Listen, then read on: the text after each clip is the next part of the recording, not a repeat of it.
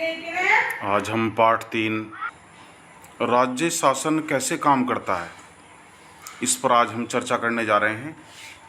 ये दो बच्चियां आपस में बात कर रही हैं कि राज्य में पानी की कमी है, बहुत से लोग बीमार पड़ रहे हैं, गांव में गंदला पानी जो है पीते हुए पाए गए, नदी तालाब सूख गए हैं, पातालपुरम में लोगों को 3 दिन में एक बार पानी की सप्लाई दी जाती है। यहाँ पर बड़ी संख्या में हैजे से पीड़ित बच्चे, हैजा एक बीमारी होती है, उल्टी दस्त लग जाते हैं जिसमें।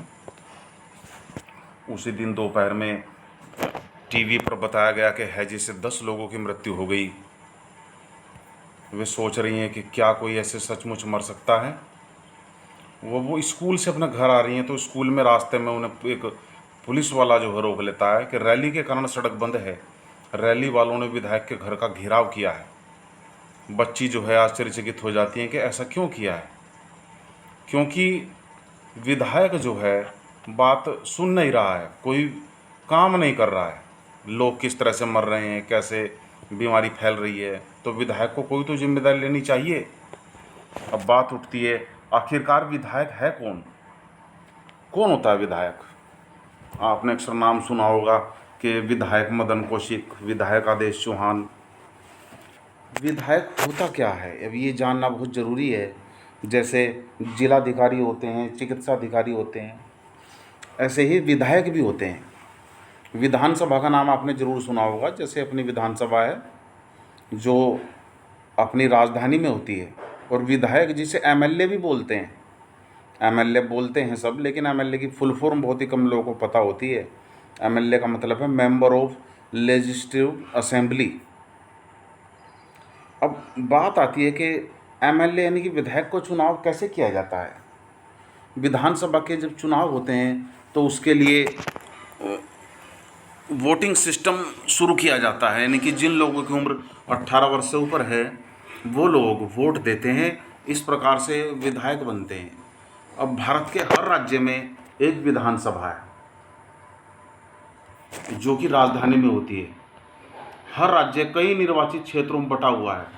अब जैसे कि हिमाचल प्रदेश का उदाहरण दिया गया है, यहाँ पर 68 निर्वाचन क्षेत्र हैं, और प्रत्येक निर्वाचन क्षेत्र में जनता एक प्रतिनिधि चुनती है जो उनकी समस्याओं को विधानसभा में रखता है।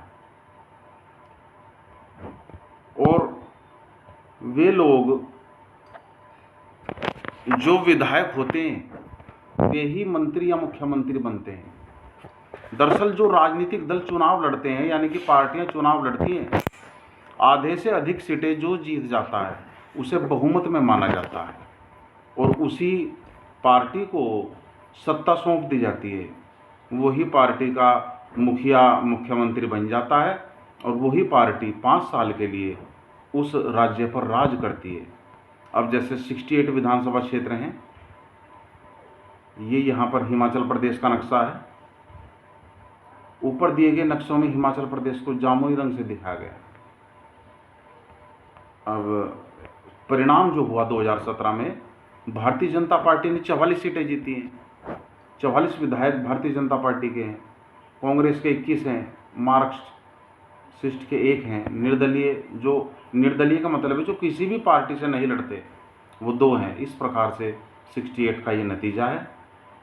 और 68 में से 44 विधायक होने के कारण, क्योंकि 34 से अधिक विधायकों की आवश्यकता थी, सत्ता भाजपा को सौंप दी गई है, और अन्य विधायक विरोधी दल के सदस्य बन गए हैं।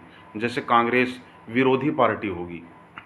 विरोधी पार्टी इसलिए आवश्यक है ताकि सत्तारूढ़ पार्टी, यानी कि जो पार्टी सत्ता में है, वो तानाशाही शासन न करने लगे।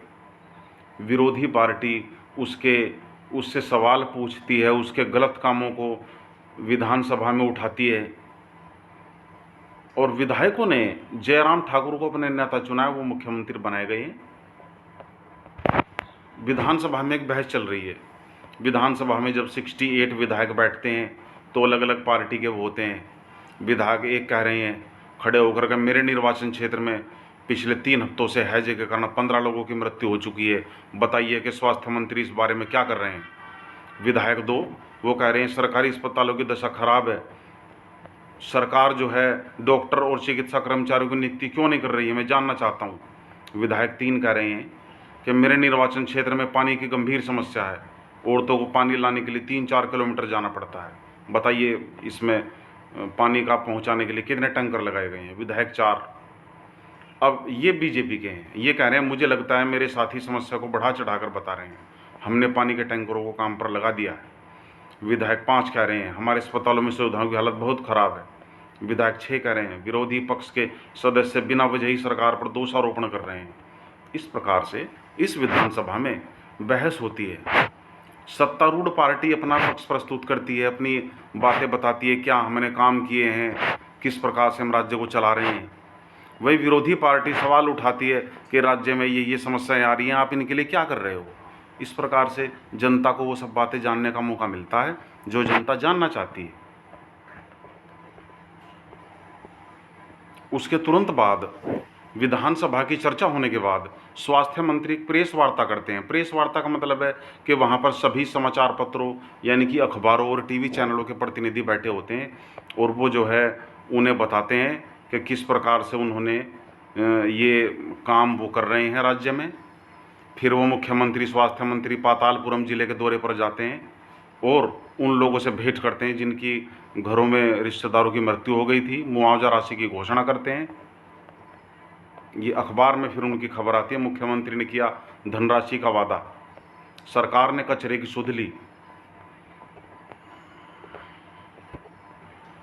कभी कभी विधायक अपना काम जिम्मेदारी से नहीं करते हैं या मुख्यमंत्री अपना काम जिम्मेदारी से नहीं करते हैं तो लोगों को मजबूर होना पड़ता है और लोग इसके लिए सभा आयोजित करते हैं, पोस्टर लेके खड़े होते हैं, नारे लगाते हैं सरकार के विरोध में कि ये काम किया जाए। तो ये भी एक लोकतंत्र का हिस्सा है। बच्चों ने स्कूल में वॉलपेपर की परियोजना बनाई है। वॉलपेपर का मतलब है कि शिक्षिका चुने गए विषय का पूरी कक्षा में परिचय देती है और बच्चों को कुछ समूह में बांट देती है कि उन्हें वॉलपेपर में क्या क्या रखना है। इस प्रकार से बच्चे अपनी सामग्रियां एकत्रित करके वॉलपेपर बनाते हैं, ये हमें दिखाई दे रहा है। और वॉलपेपरों की समीक्षा की जाती है। ये देखिए 2006 में डेंगू के विषय में वॉलपेपर। इस पाठ में बस इतना ही। धन्यवाद।